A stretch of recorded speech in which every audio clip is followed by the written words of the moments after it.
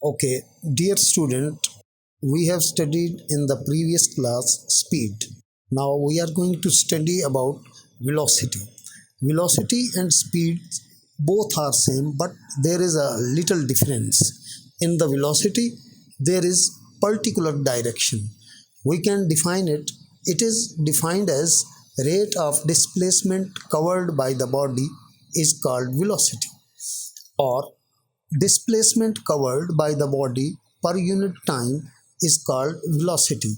Rate and per unit time, these are both the same, but you can write any one of the definition, and you can also write the definition of velocity as distance covered by the body per unit time in a particular direction is called velocity. So these are three definitions, and you can write any one of them, which is easy for you. Now, velocity is denoted by v, and its mathematical statement means mathematical expression or formula. Mathematically, it is written as velocity is equal to displacement upon time. So v is equal to s upon t, where s is displacement, or v is equal to d upon t.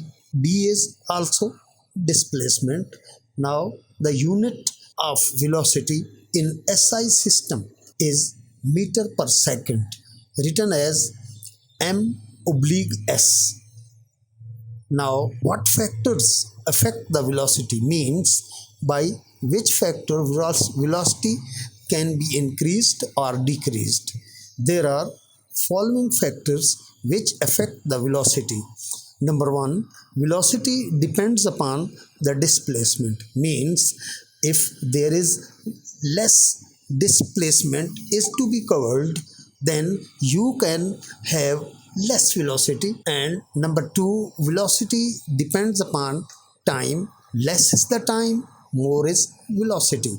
If you are given a certain displacement and a small time, then your velocity must be increased, then you will cover that displacement. So these two factors which affect the velocity.